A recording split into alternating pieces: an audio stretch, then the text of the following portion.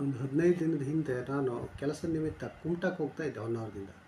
ಹೊನ್ನಾವರದಿಂದ ಈ ನ್ಯಾಷನಲ್ ಹೈವೇಲಿ ಹೋದರೆ ಹತ್ತಿರ ಆಗ್ತದೆ. ಆದರೆ ನಂಗೆ ಒಂದು ಚಂದಾವರ ಹತ್ರ ಸ್ವಲ್ಪ ಕೆಲಸ ಇದ್ದರಿಂದ ಸುತ್ತ ಹಾಕ್ಕೊಂಡು ಚಂದಾವರದ ಮೇಲೆ ವಾಲ್ಗಳ್ಳಿ ಕೂಜಳ್ಳಿ ಮೇಲೆ ಹೊರಟೆ ಕಾರಲ್ಲಿ. ಎಕ್ಸಾಕ್ಟ್ ನೆನಪ ಇಲ್ಲ, ಕೂಜಳ್ಳಿ ವಾಲ್ಗಳ್ಳಿ ಹತ್ತತ್ರ ಮಿಡ್ಲ್ ಆಗ್ಬೋದು. ಸ್ಟ್ರೇಟ್ ರೋಡಲ್ಲಿ ಹೋಗ್ತಾ ಇದ್ದೆ ಕಾರ್ ತಗೊಂಡು. ದೂರದಿಂದ ಒಂದು ಆಕಳು ಕಾಣ್ತು. ಅರೆ, ಆಕಳು ಎಲ್ಲ ಕಡೆ ಇರ್ತದಲ್ಲ ರೋಡ್ ಸೈಡು ಅಂತ ಹೇಳಿಬೋದು ನೀವು. ನಾನೇ ಹೋಗ್ತಾ ಇದ್ದರೆ ನಂಗೆ ಸ್ವಲ್ಪ ವಿಕ್ಷಿಪ್ತವಾಗಿ ಕಾಣ್ತು ಆಕಳು. ಸ್ವಲ್ಪ ಸ್ಲೋ ಮಾಡಿದೆ ಕಾರು. ಆಮೇಲೆ ಹತ್ತತ್ರ ಹೋದ ತಕ್ಷಣ ಕಾರ್ ನಿಲ್ಲಿಸಿದೆ, ನೋಡೋಣ ಇದು ಏನು ಅಂತ.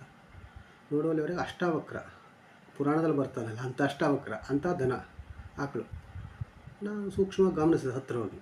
ನೋಡುವಲ್ಲಿವರೆಗೆ ಅದು ಕಾಲು ಕೈ ನೀವು ನೋಡ್ಬೋದು ಈ ವಿಡಿಯೋದಲ್ಲಿ. ಕಾಲು ಕೈ ಎಲ್ಲವೂ ಬೇರೆ ಬೇರೆ ಆ ಟೈಪ್ ಇದೆ. ನಡಿಲಿಕ್ಕಾಗೋದಿಲ್ಲ, ಕೂತ್ಕೊಳ್ಳಿಕ್ಕಾಗೋದಿಲ್ಲ, ಆ ಟೈಪ್ ಇದೆ. ವಕ್ರವಾಗಿದೆ ಕೈ ಕಾಲು ಎಲ್ಲ. ಆದರೆ ಮೇಯ್ತಾ ಇದೆ, ತನ್ನ ಹುಲ್ಲನ್ನು ತಿಂತಾ ಇದೆ ರೋಡ್ ಸೈಡೆಲ್ಲ. ಈ ಎಲೆ ಇದೆ. ನನ್ನನ್ನು ನೋಡಿ ಸ್ವಲ್ಪ ಗಾಬರಿ ಆಯಿತು ಆಕಳು. ನಾನು ನೋಡಿದೆ ಯಾಕೆ ಹೀಗೆ ಇದಿದೆ. ನನ್ನ ಗುರಿ ನೋಡ್ತಾ ಇದೆ. ಗೊತ್ತಾಯಿತು ಅದು ಹುಟ್ಟುತ್ತಾ ಆಗಿದ್ದಲ್ಲ, ಅದು ಯಾವುದೋ ಗಾಡಿ ಆಕ್ಸಿಡೆಂಟ್ ಮಾಡಿದ್ದಕ್ಕೆ. ಆಕ್ಸಿಡೆಂಟ್ ಆಗಿ ಚೇತರಿಸ್ಕೊಂಡು ಆಕಳೋದು. ಅದಕ್ಕೆ ನನ್ನ ಕಾರ್ ನೋಡ್ಕೊಳ್ಳೋದು ಭಯ ಆಯಿತು. ಅಂದರೆ ಆಕಳು ಗಾಡಿ ನೋಡ್ಕೊಳ್ಳೋ ಭಯ ಆಗ್ತದೆ, ಆದರೆ ರೋಡ್ ಸೈಡೇ ಮೇಯ್ತಾ ಇದೆ. ನನ್ನನ್ನು ದಿಟ್ಟಿಸ್ತಾ ಇತ್ತು. ನಾನು ದಿಟ್ಟಿಸ್ತು ನೋಡಿದೆ. ನಂಗೆ ಅಯ್ಯೋ ಪಾಪ ಅನ್ನಿಸ್ತು, ಎಂಥ ಇದಪ್ಪ ಆಕಳು, ಇದು ಯಾಕೆ ಬಿಟ್ರಪ್ಪ ರೋಡಿಗೆ ಹೇಳಿ ಕಡೆ ಅನ್ನಿಸ್ತು. ಅದು ಬಿಟ್ಟು ಸರಿ ಆಯಿತು. ಯಾಕಂದರೆ ಕೈ ಕಾಲಲ್ಲಿ ಅದು ಆಡಬೇಕು. ಅದು ಕೊಟ್ಟಿಗೆಯಲ್ಲೇ ಇದ್ದು ಬಿಟ್ಟರೆ ಅದು ಹಾಗೆ ಇದಾಗ್ಬಿಡ್ತದೆ, ತೊಂದರೆ ಆಗ್ತದೆ ಅದಕ್ಕೆ. ಅದ್ರ ಆಹಾರವನ್ನು ಅದು ಹುಡುಕ್ತಾ ಇದೆ. ನನಗೆ ಅಯ್ಯೋ ಅಂತೂ ಪಾಪ ಅನ್ನಿಸ್ತು. ನೋಡ್ಕೊಂಡೆ ಅವ್ನ ಕೈ ಮುಗಿದೆ ಗೋಮಾತೆ ಅಂತ. ಹಾಗೆ ಕುಮಟಾ ಕಡೆ ಹೊರಟೆ. ಆದರೂ ನನ್ನ ಮನಸ್ಸಿನಲ್ಲಿ ಮಾತ್ರ ಆಕಳ ಬಗ್ಗೆ ವಿಚಾರ ಹೊಳಿತಾ ಬರ್ತಾ ಹೋಯ್ತು. ಸ್ವಲ್ಪ ಬೇಜಾರು ಆಯಿತು. ಆದರೆ ಆಮೇಲೆ ನನಗೆ ಹೊಳೆದಿತ್ತು, ಆಕಳ ಬಗ್ಗೆ ನಾನು ಕನಿಕರ ಮಾಡೋದಕ್ಕಿಂತ ನನಗೊಂದು ಜೀವನ ಪಾಠ ಹೇಳ್ತದೆ. ಏನಂದರೆ, ಆಕ್ಸಿಡೆಂಟಾಗಿ ಚೇತರಿಸ್ಕೊಂಡು ಮೂಕ ಪ್ರಾಣಿ, ಕೈ ಕಾಲು ಏನೂ ಸರಿ ಇಲ್ಲ ಅದರದ್ದು, ನಡಿಲಿಕ್ಕಾಗೋದಿಲ್ಲ. ಆದರೂ ತೆವಳ್ತಾ ನಡೆದಾಗ ನಡೀತಾ ಅದರ ಆಹಾರವನ್ನು ಅದು ಸಂಪಾದಿಸ್ತಾ ಇದೆ ಅಂತ ಇದು. ಆದರೆ ನಾವು ಮನುಷ್ಯರು, ನಾವು ಪುಕ್ಕಟೆ ಬೇಕು. ನಾವು ದುಡಿಲಿಕ್ಕೆ ಚೈತನ್ಯ ಇರ್ತದೆ, ಬುದ್ಧಿ ಇದೆ, ಕಲಿತಿದ್ದೇವೆ, ಶಕ್ತಿ ಇದೆ. ಆದರೆ ನಾವು ಯಾರು ಪುಕ್ಕಟೆ ಕೊಡ್ತೇವೆ ನೋಡ್ತೇವೆ. ಈಗ ಸರ್ಕಾರ ಕೊಡ್ತಾ ಇದೆಯಲ್ಲ ಪುಕ್ಕಟೆಗಳು, ಅದ್ರ ಬಗ್ಗೆ ನಾವು ವಿಚಾರ ಮಾಡ್ತೇವೆ. ಪುಕ್ಕಟೆ ಕೊಟ್ಟರೆ ಆಯಿತು, ನಮಗೆ ದೇಶ, ನಾಡು, ರಾಜ್ಯ ಯಾವುದೂ ಸಂಬಂಧ ಇಲ್ಲ, ನಮಗೆ ಸಂಸ್ಕೃತಿ ಯಾವುದೂ ಸಂಬಂಧ ಇಲ್ಲ, ಮುಂದಿನ ಭವಿಷ್ಯದ ಬಗ್ಗೆ ವಿಚಾರ ಶಕ್ತಿನೂ ಇಲ್ಲ. ಭೂತಕಾಲದಲ್ಲಿ ನಾವು ಎಷ್ಟು ವೈಭವಯುತವಾಗಿ ಇದ್ದೆವು ನಾವು ಹೇಳಿ ಅದ್ರ ಬಗ್ಗೆ ವಿಚಾರನೂ ಇಲ್ಲ. ವರ್ತಮಾನದಲ್ಲಿ ದುಡ್ಡು ಸಿಕ್ಕರೆ ಆಯಿತು, ಪುಕ್ಕಟೆ. ಅದನ್ನು ನಾವು ವಿಚಾರ ಮಾಡ್ತೇವೆ, ಅದನ್ನು ತಗೊಳ್ತಾ ಇದ್ದೇವೆ. ಇದು ಆಕಳು ನಮಗೆ ಕಲಿಸ್ತಾ ಇದೆ ಪಾಠ. ಏಕೆಂದರೆ ನಮ್ಮ ಶಕ್ತಿಯಿಂದ ನಾವು ದುಡಿದಾಗ ಮಾತ್ರ ನಮಗೆ ನೆಮ್ಮದಿ ಸಿಗ್ತದೆ, ಮತ್ತು ರಾಜ್ಯ ಅಭಿವೃದ್ಧಿ ಆಗ್ತದೆ, ದೇಶ ಅಭಿವೃದ್ಧಿ ಆಗ್ತದೆ. ಹಾಗೆ ಮಾಡಬೇಕು. ಈಗ ನಮ್ಮ ರಾಜಕಾರಣಿಗಳು ಹೇಳ್ತಾರೆ, ಈ ವೇದಿಕೆಯನ್ನು ಹೇಳ್ತಾರಲ್ಲ, ನಾವು ಗ್ಯಾರಂಟಿ ಕೊಟ್ಟಿದ್ದೇವೆ. ನನಗೆ ಒಂದೊಂದ್ಸಲ ಅನಿಸ್ತದೆ, ನಾವು ಗ್ಯಾರಂಟಿ ಕೊಟ್ಟಿದ್ದೇವೆ ಹೇಳಿದಾಗ ನಾವು ಬಿಸ್ಕಿಟ್ ಹಾಕಿದ್ದೇವೆ ಹೇಳಿದ್ರೆ ಅವರು ಅಂತ ಅನಿಸ್ತದೆ. ಬಿಸ್ಕಿಟ್ ಅದೇನು, ನಾಯಿಗೆ. ನಾವು ನಾಯಿಗೆ ಬಿಸ್ಕಿಟ್ ಹಾಕಿದ್ರೆ ಅದು ಬಾಲಾಡಿಸ್ತಾ ನಮ್ಮ ಸುತ್ತಲ ತಿರ್ತದೆ. ಇದು ಹಾಗೆ ನಾವು ಗ್ಯಾರಂಟಿ ಕೊಟ್ಟಿದ್ದೇವೆ ಅಂದರೆ ನಾವು ಬಿಸ್ಕಿಟ್ ನಿಮ್ಗೆ ಹಾಕಿದ್ದೇವೆ, ನಾವು ನಮ್ಮ ಬಗ್ಗೆ ಏನೂ ಮಾತಾಡಬಾರ್ದು, ಅಭಿವೃದ್ಧಿ ನೀವು ಕೇಳಬಾರ್ದು. ನಾವು ನಿಮ್ಗೆ ಪುಕ್ಕಟೆ ಕೊಟ್ಟಿದ್ದೇವಲ್ಲ, ಅದು ತಿಂದ್ಕೊಂಡು ನಿಮ್ಮ ಪಾಡಿ ನೀವು ಇರಬೇಕು. ನಾವಿಲ್ಲಿ ಒಂದಿಷ್ಟು ಲೂಟಿ ಹೊಡಿತೆ ದೇಶವನ್ನು ರಾಜ್ಯವನ್ನು ಹಾಳು ಮಾಡ್ತಾ ಇರ್ತೇವೆ ಅಲ್ಲ. ಈಗ ನಾನು ತಗೊಳ್ತಾ ಇದ್ದೇವೆ, ನಮಗೂ ಬರ್ತಾ ಇದೆ. ಆದರೆ ಯಾಕೆ ತಗೊಳ್ತೇವೆ? ನಾವು ತಗೊಳ್ಬಾರ್ದಿತ್ತು. ಆದರೆ ಟ್ಯಾಕ್ಸ್ ಪೇಯರ್ ಹಣ, ನಾವು ಟ್ಯಾಕ್ಸ್ ಕಟ್ಟಿದ್ದೇವೆ.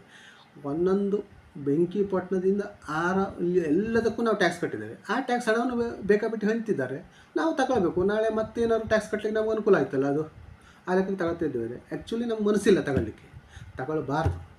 ಸರ್ಕಾರ ಇಂಥದ್ದೆಲ್ಲ ಮಾಡೋದಕ್ಕಿಂತವ ಅತಿ ಬಡವರು ಅವ್ರನ್ನೆಲ್ಲ ಹುಡುಕಿ ಕೊಡಬೇಕು. ಆವಾಗ ಅದೊಂದು ಸಾಧನೆ ಆಗ್ತದೆ, ಮತ್ತು ಬಡವ್ರನ್ನ ಎತ್ತದಾಗ್ತದೆ.